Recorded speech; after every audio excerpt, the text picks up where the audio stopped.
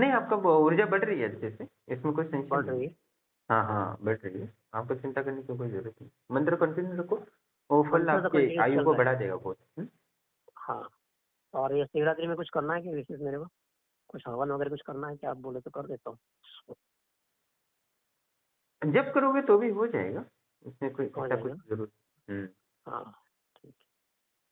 थोड़ा ध्यान में उतर जाओ, ऐसा कुछ करो तो अच्छा रहेगा। थोड़ा ध्यान लगाने के लिए हाँ, हाँ, बैठता तो ध्यान हूँ में मगर, करो।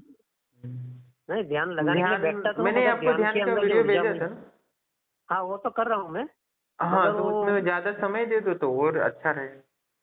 हाँ बराबर। मंत्र कंठस्थ हो गया ना? मंत्र तो कंठस्थ हो गया, एकदम परफेक्ट हो गया अभी तो। कुछ बीज आवाज़ मंत्र कुछ वगैरह ज्यादा हुआ? थे ना इसलिए।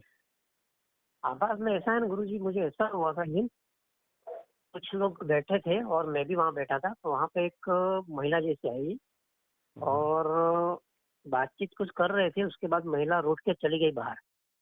तो मेरे मन में आया ये ट्रांसजेंडर है ऐसा, वो जो महिला जैसी वही ट्रांसजेंडर। फिर बाहर जाके देखा तो ट्रांसजेंडर नहीं है ना, वो लड़की जैसी दिख रही। तो ये एक ऐसा हुआ मुझे। और उसके बाद एक दूसरा स्वप्न आया, उसके अंदर एक छोटी लड़की, मतलब जैसे टीनेजर से थोड़ी बड़ी, छोटी, और एकदम छोटी भी नहीं बोल सकते, जैसे 8 से 11 साल के बीच की एक लड़की। तो कुछ आई और उसको कुछ मैंने कुछ चॉकलेट के ऐसा कुछ दिया, ऐसा कुछ तो भी दिया, तो उसका क्या है, एक तरफ का स्तन जो है उसने ऐसा निकाल दिया, एक साइड का ऐसा किया उसने। निकाल तो नहीं दिया मगर ऐसा कुछ लेने के लिए तो हाथ ऐसा ऊपर हो गया, तो वो पूरा स्तन एक साइड से बाहर आके, मतलब उनका इंटेंस ऐसा है कि देखो ऐसा कुछ, तो ऐसा हुआ। हाँ, नहीं, नहीं, वो शक्तियाँ आई थी, वो मुझे दिख रहा ना, इसलिए मैंने हाँ पूछा, नहीं तो मैं पूछता हाँ भी नहीं।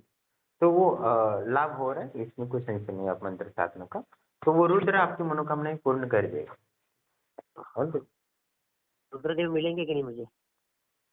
आपका काम हो जाएगा। अभी रुद्रदेव को तो प्राप्त करना मुश्किल होता है, पर आपको मुश्किल उनको होता है। जो चाहिए वो काम हो जाएगा। अच्छा ठीक। हुँ। ऑल द बेस्ट, वो तो काम मंत्र काम कर रहा है। काम कर रहा है।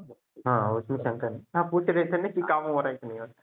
वो तो हो रहा हाँ है, इसमें तो शंका नहीं। हाँ वो बराबर। वही इसलिए तो बोला, वो तो शक्ति बोल रही थी, इसको आभास भी कराया मैंने। हाँ। हाँ, तो वो हाँ, और बहुत तो उसमें बहुत इससे सारे बीज पहले भी। मंत्र है ना, वो सारी शक्तियाँ हैं, वही शक्ति आपको महसूस हुई। हाँ। ठीक है, समझिए और ना? कुछ समय पहले मुझे एक स्वप्न आया था, वो मैं बताना भूल गया वो। उसमें क्या हुआ था, मैं बैठा था कहीं ऐसा मंदिर जैसा है, ऐसा ही कुछ था, वहाँ पे मेरी मम्मी बैठी थी, मेरी मम्मी मतलब। और वो मम्मी के एक साइड के गाल पे थोड़ा सा काला स्पॉट था, मतलब थोड़ा सा बड़ा वाला एक साइड में। उसके बाजू में एक बैठी थी कोई लड़की जैसी, एकदम गोरी, वाइट जैसी एकदम। और बाकी भी दूसरे भी लोग बैठे थे। तो मतलब मैं जैसे मम्मी के साथ बात करता हूँ वैसे ही मम्मी सुपर अच्छे, मतलब क्या कर रही हो अभी, यहाँ क्या कर रही हो, ऐसा करके मैंने उसके साथ बात कर रहा था। तो बाजू में जो लड़की बैठी थी वो हंस रही थी, ऐसा स्वप्न है। वो मुझे पता नहीं चला, वो के बेस में मारा मतंगी थी और बाजू में नहीं, कौन थी उसमें बहुत पता सारी शक्तियाँ हैं, बीज मंत्र है, वो देवियाँ हैं, क्योंकि ये बहुत बड़ा काम होता है ना, तो नहीं। हाँ हाँ तभी मैं ये रुद्र की साधना देता हूँ। तो हाँ उसमें बहुत सारे बीज मंत्र भी हैं, तो वो हाँ वो अकेले काम नहीं हो सकता ना, प्रकृति की समस्त ऊर्जाएँ लगानी पड़ती हैं। हाँ बराबर। जैसे कि कार्य बड़ा होता है, तो बहुत सारी वो देवियों का एक साथ सहायता लेनी पड़ती बराबर। है। तो इसमें कोई टेंशन नहीं, आप जो मनोकामना है वो पूर्ण हो जाए। All the best. हम्म, जय गुरु। प्रणाम दोस्तों। जैसे कि आप जानते हैं कि रुद्र के 11 रुद्र होते हैं और इनकी अलग अलग साधनाएं होती हैं और तंत्र में इसमें बहुत ही महत्वपूर्ण है और वेदों में भी विस्तार से रुद्र के संदर्भ में वर्णन किया है और एक सहारक देवी देवता के रूप में भी और प्रचंड ऊर्जा के रूप में उनका वर्णन किया है वेद में। आपने कभी पढ़े होंगे तो रुद्र को तंत्र को जिनको प्रचंड ऊर्जाओं को प्राप्त करना है, उस ऊर्जाओं को धारण करने की ज़रूरत है, क्योंकि वेदों में भी ऊर्जा के रूप में और संहारक देवताओं के रूप में रुद्र का वर्णन है। इनके बिना तंत्र को हस्तगत करना या तंत्र में निपुण होना या तांत्रिक बनना असंभव सा है। इसलिए इन 11 रुद्रों में से एक रुद्र की साधना अवश्य ही तांत्रिक को करनी चाहिए, जिससे कि उसकी रक्षा भी हो और समाज को और दुनिया को इस नकारात्मक ऊर्जाओं को बदल सके। और दो चीज़ हैं कि जब तक आप खुद धर्म के रास्ते पे नहीं चल सकते, खुद परमात्मा के रास्ते पे नहीं चल सकते, ये शक्तियाँ कैसे प्राप्त हो सकती है? असंभव है। जैसे साधक पूछ रहा था रुद्र मुझे मिल जाएगा? मैंने बोला नहीं मिल सकता तुम्हारी, क्योंकि उतने लिए आपको शुद्ध होना पड़ेगा, उतना धार्मिक होना पड़ेगा, उतना सत्य पे चलने पड़ेगा। शिव सत्यम शिवम सुंदर हैं, वो सत्य पे चलने वाले हैं, जो कभी कहानी खत्म नहीं होती है सत्य की, जो अपरिवर्तनशील हैं, कल्याणकारी हैं और पूर्ण बनाने वाला है। जब सुंदरता वही होती है, वो पूर्णता होती है। आप विज्ञान को भी सुंदरता की परिभाषा पूछो तो वो पूछेगा परिपूर्ण है तो वो सुंदर है, परिपूर्ण नहीं है तो वो असुंदर दिखता है। यही विज्ञान भी कहता है। तो कहने का तात्पर्य है कि हमें वास्तव में बड़ी-बड़ी शक्तियाँ हर व्यक्ति को प्राप्त करना है, पर धर्म पे चलने की बात आती है तब कोई चलता नहीं है। तब सत्यमेव जयते ही हमेशा होती है। जब व्यक्ति की मृत्यु होने लगती है ना, तब जब धीरे-धीरे उसके प्राण निकलने लगते हैं, तब उसको एहसास होता है कि जीवन में मैंने किया क्या है? दूसरों को दुःख दिया है, दूसरों का शोषण किया है और कभी भी अपने हृदय की ग्रंथियाँ खोली नहीं है दूसरों को देने के लिए। और उस समय वो ग्रंथियाँ इतनी गाढ़ बन जाती है कि मरते समय प्राण भी निकलने के लिए ना तड़पने लगता है, उसको प्रार्थना करनी पड़ती है, भगवान मुक्ति दे दे, पर भगवान भी तड़पा-तड़पा के ही मारते हैं। तो कहने का तात्पर्य है कि जब रुद्र की साधना होती है, वो हमें सत्य पे चलना पड़ेगा। हमारे जीवन की जो परम आवश्यक है, हमारा सेवा भाव को जागृत करना ज़रूरी है। परमात्मा की आप साधना करना चाहते हो, परमात्मा की प्रचंड ऊर्जाओं को प्राप्त करना चाहते हो, पर सत्य और धर्म आपके साथ नहीं है, तो कभी भी आपके पास उस ऊर्जाओं को अनुभव नहीं कर सकते हो। मैंने तो यहाँ 25 साल तक 15 साल तक घर में था तो मैं मज़े में खाता, मुझे कोई तकलीफ़ नहीं थी या पैसों का बंडल था। फिर कभी भी मैंने इतने सालों में किसी भी से ₹1 लिया हो तो मैं कभी अपने पास रखता नहीं था। उसको ₹10 दे देता था पर ₹1 भी अपने पास रखता नहीं था। उतना सत्य बोलो सर, और कभी बार तो सत्य इतना बोलना पड़ता था मुझे कि उसके चक्कर में मुझे बहुत सारा नुकसान सहना पड़ना पड़ता था। जब मैं था तो कभी भी मैं झूठ नहीं बोलता था। तो उसी का फल हुआ कि मुझे इतनी जल्दी मुझे आनंद अनुभूति समाधि प्राप्त हुई और तंत्र की समस्त शक्तियों को महसूस करने का सामर्थ्य प्राप्त हुआ और उतनी जल्दी शक्तियों को टच करने या उनको महसूस करने या उनसे परम ज्ञान प्राप्ति करने की, और इतना परम ज्ञान और इतना परम सत्य का दर्शन उन्होंने कराया जिससे कि आत्मा, मन, बुद्धि और पूरा जीवन सफल बना दिया।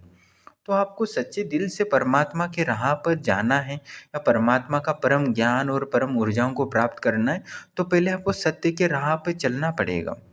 ऐसा असंभव है कि आप असत्य के राह पर चलो और भगवान और देवी-देवताएँ आपके साथ रहे, असंभव है। आप सत्य पे रास्ते पे नहीं हो तो कम से कम छोटी भूत-प्रेत क्या, एक छोटा-सा पिशाच भी आपके साथ नहीं चल सकता। धर्म के और सत्य ये महत्वपूर्ण है। जब तक आपकी आत्मा में धर्म और सत्य नहीं है, तब तक आपको कुछ लाभ हो नहीं सकता। हो सकता है कभी-कभी गुरु दया कर ले धर्म की स्थापना के लिए, तो कुछ समय के लिए वो सिद्धियों का दर्शन कराता है या लाभ पहुँचाता है, पर उसका परमानेंट लाभ कभी नहीं हो पाता। मैंने कई लोगों को त्रिकालदर्शी बनाया या मैंने उनको नंबर भी दिए थे बहुत सारे लोग। तो उन्होंने जितनी मैंने ऊर्जा दी थी उतनी सारी ऊर्जा उन्होंने अपने पाप कमाने में और पुण्य नष्ट करने में ही गँवा दिया और वो समस्त परमात्मा की ऊर्जा उन्होंने खो दी, छोटे से धन के लिए, किसी लड़की को पटाने के लिए। तो वो प्रचंड ऊर्जाएँ होती, वो असत्य लोग हैं, उनको कभी सिद्धियों का धारण नहीं कर सकता। भगवान का हम जानते हैं महाशिवरात्रि का त्योहार है। हर व्यक्ति उस ब्रह्मांड की ऊर्जाओं को प्राप्त करना चाहता है या अ, साल भर कितना भी पाप किए हो पर महाशिवरात्रि के दिन एकदम साधु बन जाते हैं, अभिषेक करने लगते हैं, यज्ञ करने लगते हैं, हवन करने लगते हैं और अपने पापों को या असत्य को मिटाने की कोशिश करते हैं या एक दिन के लिए, पर ऐसा संभव नहीं है। आत्मा उससे कुछ लाभ नहीं होने वाला है। एक दिन अभिषेक कर लो और पूरा दिन काम वासना में लिप्त रहो और ऐसा संभव है। मन की पवित्रता भगवान देखते हैं। आप कितना भी दूध की गंगा बहा लो या कितना ही अभिषेक कर लो या कितना ही यज्ञ कर लो, उससे वो भरपाई नहीं हो सकती है। सत्य तो सत्य होता है। परमात्मा आपकी आत्मा को देखेगा, जितना स्वच्छ होगा उतना ही आपको स्वीकार कर सकता है, उतना ही आपको आभास दे सकता है। हाँ, कभी-कभी गुरु होता है, वो लोगों के कल्याण के लिए अपनी ऊर्जाएँ देता है, अपनी शक्तियाँ देती है। तो बहुत सारे लोग ना पिछले साल मुझे बोलते थे, शक्तियाँ में तुम शक्तियाँ सिर्फ़ भाड़े पे देते हो, भाड़े पे देते हो और रेंट पे शक्तियाँ देते हो।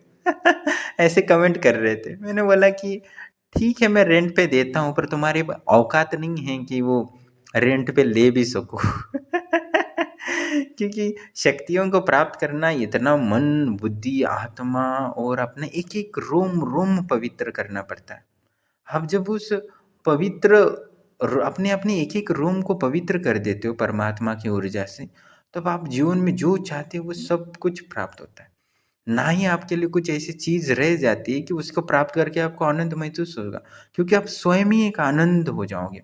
इस संसार में ऐसी एक भी चीज़ नहीं बचेगी जिससे कि आपको उससे मौज करने के लिए बच जाए। सारी मौज करने वाली चीज़ें नष्ट हो जाती है और आप खुद स्वयं एक मौज बन जाते हो। आपको किसी चीज़ की निर्भर नहीं करनी पड़ती, ना पानी की, ना खाने की, ना हवा की भी ज़रूरत नहीं पड़ती, फिर भी अपने अस्तित्व को बचा सकते हो। इतना निर्भय हो जाते हो, भय रहित हो जाते हो, उस परमात्मा की ऊर्जा को अपनी आत्मा में स्थापित करके, अपनी बुद्धि में स्थापित करके, तो उस परमात्मा को ऊर्जा से जुड़ने की कोशिश करो, तभी आपका कल्याण हो सकता है। और शिव कल्याणकारी हैं और शिव जैसा इस संसार में कोई नहीं है, और वो बाहर के संसार को नष्ट नहीं करता, वो आपके अंदर की मलिनता को और अंदर के संसार के नष्ट करता है। तो बाहर बहुत सारा धन कमाओ, बहुत सारी प्रेम कर सकते हो, बहुत सारी स्त्री को प्रेम शादी कर सकते हो। मतलब बहुत सारी, मतलब अच्छा प्रेमपूर्ण शादी कर सकते हो, संसार का समस्त धर्म के रूप में भोग ले सकते हो, और भगवान शिव जी कभी इसका मना नहीं करते। वो स्वयं गृहस्थ हैं और गृहस्थ जीवन की आवश्यकताओं को, ज़रूरतों को वो समझते हैं। पर कभी भी अपनी उस परम ऊर्जाओं को भोग विलासता में नहीं लगाना चाहिए। परमात्मा से जो भी ऊर्जाएँ प्राप्त होती हैं, वो कभी भी भोग में नहीं लगाना चाहिए, वो विष के समान हो जाएगा और आपको नष्ट कर देगा। तो इसीलिए परमात्मा से जब भी माँगो तो वो अंदर के संसार को नष्ट करके बाहर के संसार को स ब एकदम सोने जैसा बना दो, एकदम स्वर्ग जैसा बना लो। इसमें कोई संशय नहीं, इसमें कोई बुराई नहीं है। पर अंदर के जो संसार का है उसको नष्ट करके सिर्फ़ परमात्मा का आनंद अनुभूति समाधि को प्राप्त करने की कोशिश करो, तभी आपकी शिव साधना संपन्न हो जाती है। लोग बहुत कुछ चाहते हैं कि मुझे रुद्र चाहिए, कर्ण मातंगी चाहिए, कर्ण पिशाचिनी चाहिए, यक्षिणी चाहिए, नहीं यक्षिणी को छूना है, दर्शन करना है, पर औकात तो बनानी पड़ती है। ऐसा तो यूँ नहीं कि कोई राजा कल से वीडियो में मैंने बताया था कि राजा कोई दया से पात्र से नहीं बनता कि हो जाए। वो कुछ समय के लिए बनाया जा सकता है, वो तो माया जाल का जैसा है बस। तो उस माया जाल में ना फँसे, उस परमात्मा को पूर्ण रूप से प्राप्त करने की कोशिश करो ना। मैं आपको सहायता कर रहा हूँ ना 100%, इसमें कोई संशय नहीं है। मैं जितना जान डालता हूँ उतना तो कोई और डालता हूँ मैंने कभी देखा नहीं है। मैं कभी-कभी सोचता हूँ मेरा गुरु है, मेरे जैसा जान डालने वाला हो 100%, तो आज तो मैं हवा में उड़ के पूरे ब्रह्मांड नहीं, 10,000 ब्रह्मांड घूम के आ जाता। हाँ, वैसे ये तो है कि परमात्मा ने या गुरु ने इतनी ज्ञान तो दिया है, मैंने सब स्वर्गलोक से ब्रह्मलोक तक देखा है और अभी मुझे कोई इच्छा नहीं है। ना सूँघने की इच्छा है, ना देखने की इच्छा है, ना कुछ सुनने की इच्छा है, ना कुछ महसूस करने की या कुछ ग्रहण करने की। समस्त इंद्रियों को परे होकर उस परम आनंद में, परम शिव में विलीन होना ही हमारा वास्तविक धर्म होना चाहिए। उस समाधि का आनंद ही जीवन का वास्तविक आनंद है। आप भगवान शिव को प्राप्त करना चाहते हो तो शिव जैसे बनने की इच्छा रखो, शिव जैसा चिरंजीवी, शिव जैसा इस दिव्य समाधि में लीन ऐसे व्यक्तिमत्व को बनाने की कोशिश करो। ना कि शिव पूजा करोगे तो कोई मतलब नहीं होता। एक गुरु की पूजा करने से कोई मतलब नहीं था, पर गुरु के जो विचार होते हैं या उनके धर्म होता है उसको आप धारण करोगे अपनी आत्मा में, तो गुरु ज़्यादा प्रसन्न होते हैं।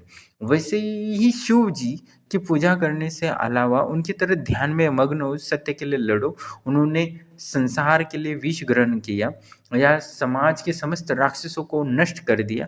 आज तो यहाँ तो कि किसी महिला के लिए कोई लड़का छेड़ता भी है तो कुछ नहीं, आप देखते रहते हो, अन्याय के विरुद्ध प्रतिकार नहीं करते हो। क्षत्रिय धर्म होता है, हमारे वर्णाश्रम जो थे वो समाज के कल्याण के लिए होते हैं।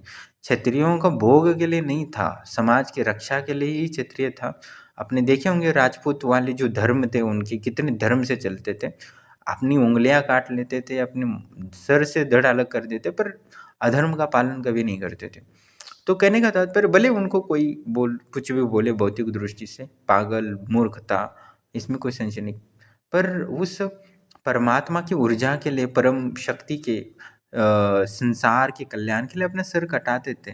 तो जब तक आप दूसरों के लिए सर कटाते नहीं हैं या समाज के लिए दूसरों का सर काटते नहीं हो, जैसे भगवत गीता में कहा गया, कृष्ण ने अर्जुन को सलाह दी थी कि युद्ध लड़ो, या तो सर काट दो या तो खुद का सर काट दो धर्म के लिए।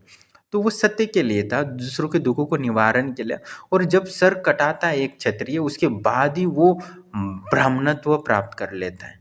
और जब ब्राह्मण होता है वो अपनी समस्त आध्यात्मिक ऊर्जाएं यज्ञ से प्राप्त या योग्य से प्राप्त या तपस्या से, वो अपनी समस्त ऊर्जाएं संसार के कल्याण के लिए समर्पित करता है। उसके बाद ही उसकी आत्मा भी नष्ट होती है और परम शून्य में विलीन हो जाता है और परम आनंद को प्राप्त करता है।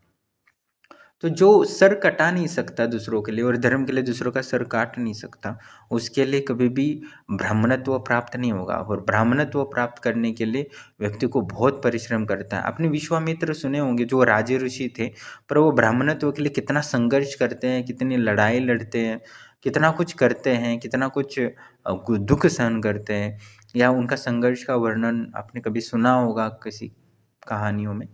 और कहने का तात्पर्य हमें धर्म के लिए अपनी शरीर, अपनी आत्मा को भी समर्पित करना पड़ता है, तभी परमात्मा की प्रचंड ऊर्जा हमें प्राप्त होती है।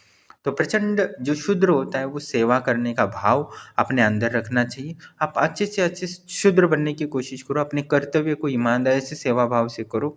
अपनी जो समाज के कल्याण के लिए एक वेश्य बनना चाहिए, समाज का संतुलन, व्यापार बना रहे, सभी को सुख वैभव प्राप्त हो, सभी को समान अन्न मिले, समान कपड़े मिले, एक समान निवारण मिले, अन्न वस्त्र निवारा मिले, इसका ध्यान रखना चाहिए। दान पुण्य करना चाहिए, वेश्य का धर्म होता है। और अन्याय के विरुद्ध लड़ना चाहिए, भले हमारा जान जाए, यही क्षत्रिय धर्म होता है। और ब्राह्मणत्व यही होता है कि हमारे अध्यात्म में स्थित हो जाए और दूसरों को भी आध्यात्मिक और नैतिकता का पाठ पढ़ाए, यही हमारा काम होता है। तो हमारा जीवन ये नहीं है कि आप किस वर्ण में जन्मे हो, आप हिंदू हो, मुस्लिम हो, जैन हो या बुद्ध हो, मानवता का धर्म एक ही होता है।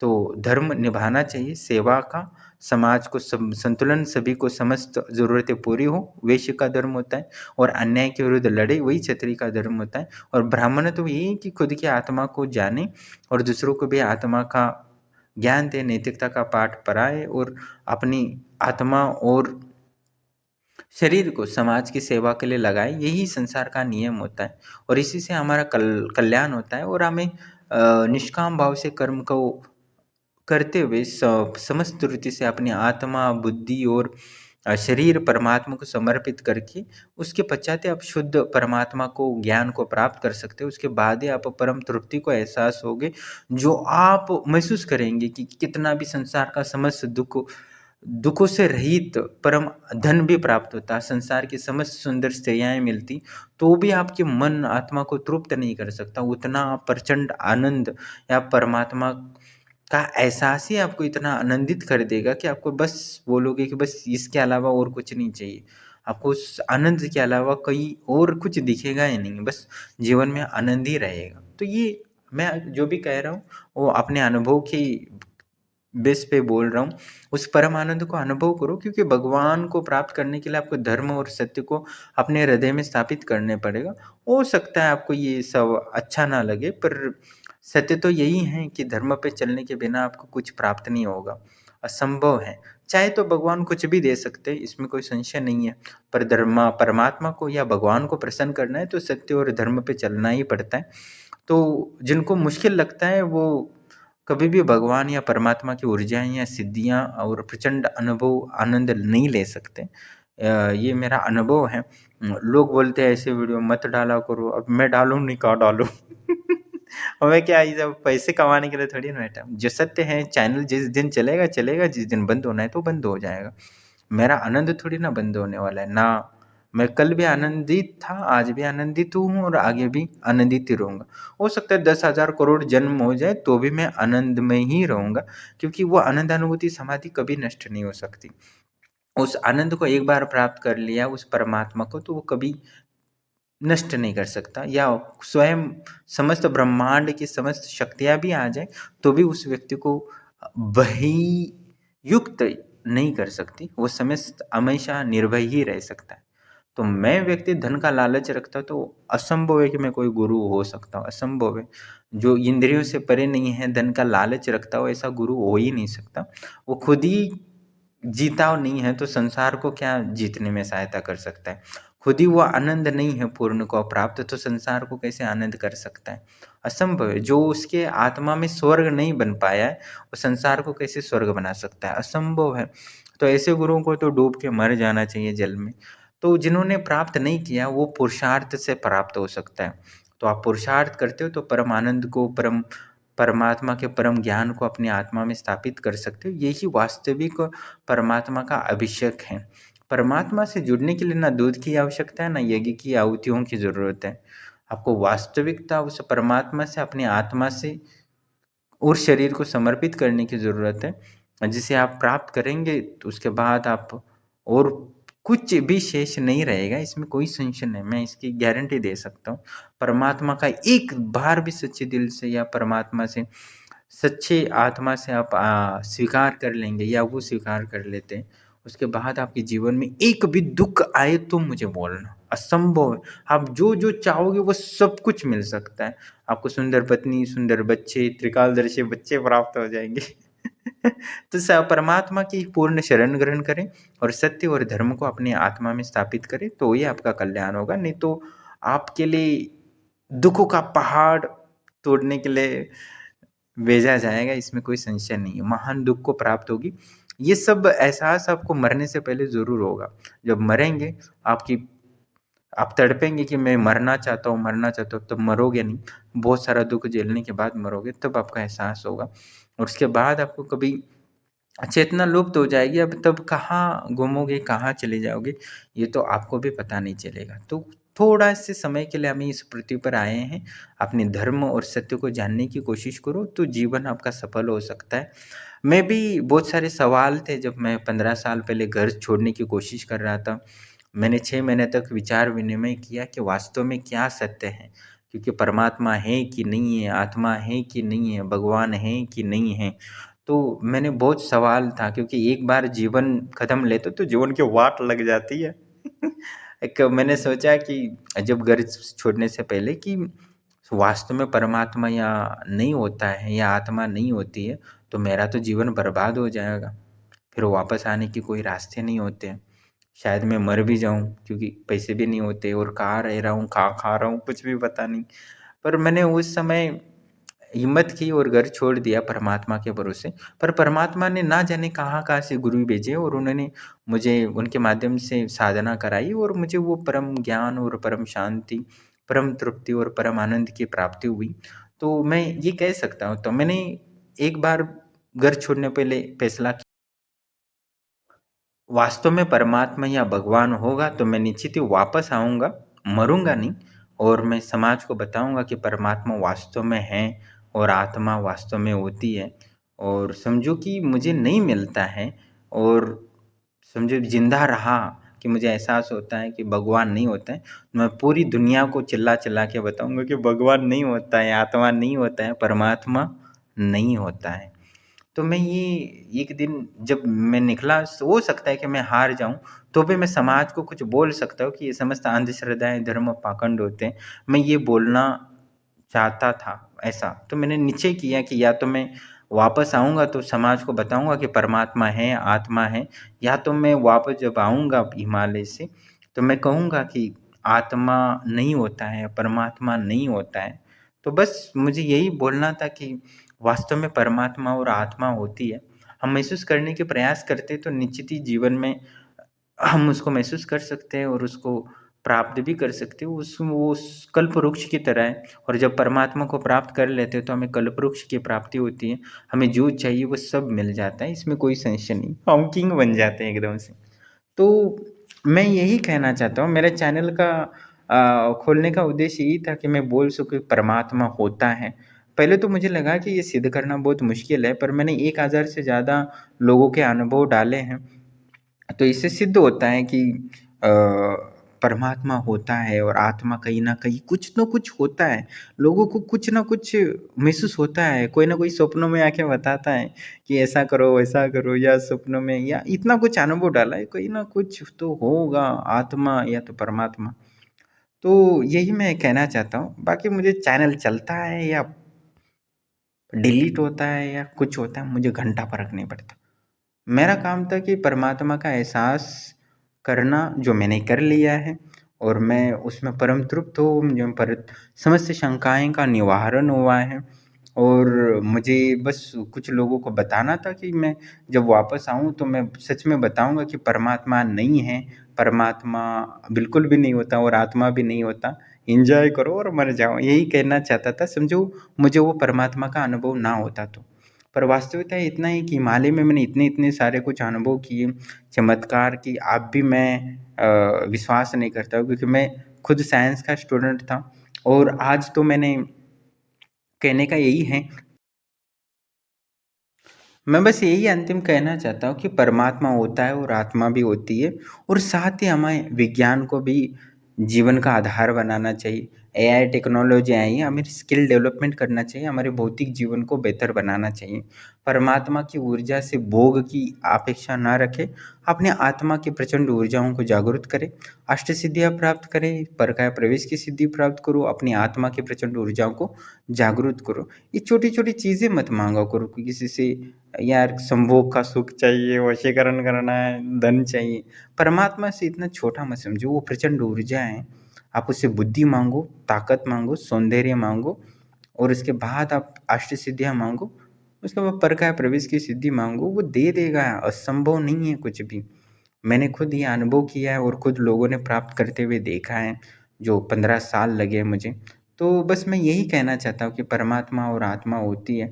मैंने अनुभव किया है, अभी कुछ लोगों को कुछ विश्वास हो या ना हो, मुझे कोई लेना-देना नहीं है। बस मेरा यही कर्तव्य था कि मैंने घर घर छोड़ने से पहले मैंने 2 ही वादे किए थे अपने से कि मैं जा रहा हूँ तो परमात्मा आत्मा का अनुभव करूँगा या तो मर जाऊँगा। या तो मुझे पता चल जाएगा कि परमात्मा आत्मा नहीं होती है या तो मैं मर ही जाऊँगा, तो सवाल ही मिटता नहीं है। तो पर ज़िंदा रहा, मैं 4 बार मरने वाला था पर मरा नहीं, मरते-मरते बच गया। और मैंने कहानियाँ बहुत बार बताई थी तब क्या-क्या हुआ था और कैसे वो एकदम गरम कंबल आ जाता था। मैं तो क्योंकि आपको पता है हिमालय में टेम्परेचर बहुत कम होता है और वहाँ पानी भी बरस रहा था, मेरे पास कुछ नहीं था। मैं एकदम गाँव के बाहर 2-3 किलोमीटर के बाहर था। मुझे उस दिन लगा कि 2-4 दिन में मैं मर जाऊँगा। पर उसी समय गरम-गरम कंबल आया जो मुझे दिखता नहीं था, पर ये ऐसे एक नहीं कई अनुभव हुए हैं और मैंने शक्तियों को छुआ है, देखा है या उनसे बात भी की है। या अब लोगों तो वीडियो देखते रहते हो, आपको तो सपनों में भी शक्तियाँ जाके बहुत कुछ बताती हैं। तो मैं कहने का तात्पर्य परमात्मा कहीं न कहीं हैं। मैं ये नहीं बोल रहा हूँ कि उनसे पैसे माँगो, स्त्री माँगो या किसी को मारने के लिए बोलो। आपको अपने आत्मा की ऊर्जाओं को जागृत करें और अपनी समस्त वो प्रचंड जो ऊर्जा है, उसको जागृत करके मौज करो, खुद ही मौज हो जाओ। किसी किसी को सूँघने से आनंद मिल रहा है, किसी को स्पर्श करके आनंद ले रहा है, किसी को खा के आनंद मिल रहा है, किसी को सुन के आनंद मिल रहा है। तो ये मूर्खता वाले इस छोटे-मोटे आनंद को ना अपने आत्मा को ही आनंद प्राप्त हो सकता है। उसे आनंदानुभूति समाधि कहते हैं, उसी को प्राप्त करें और अपने जीवन को सफल बनाएँ, क्योंकि व्यर्थ का आप कितना भी भोग कर लो, आपको उससे कुछ लाभ नहीं होने वाला है। हाँ, देखो मेरा कुछ चैनल का कुछ फ़र्क नहीं पड़ता। लोग मुझे बोलते हैं, "आप ऐसी-ऐसी बातें मत करो चैनल बंद।" बंद हो जाने दो ना, क्या ही है? और जब परमात्मा मिल जाए तो चैनल बंद हो जाए या कंगाल हो जाए, क्या ही फ़र्क पड़ने वाला है? मैं वो परमात्मा आनंद में प्राप्त हूँ तो हूँ, बस मुझे जो चाहिए था मुझे मिल गया। अब चैनल भाड़ में जाए, कहाँ जाए, मुझे क्या लेना देना।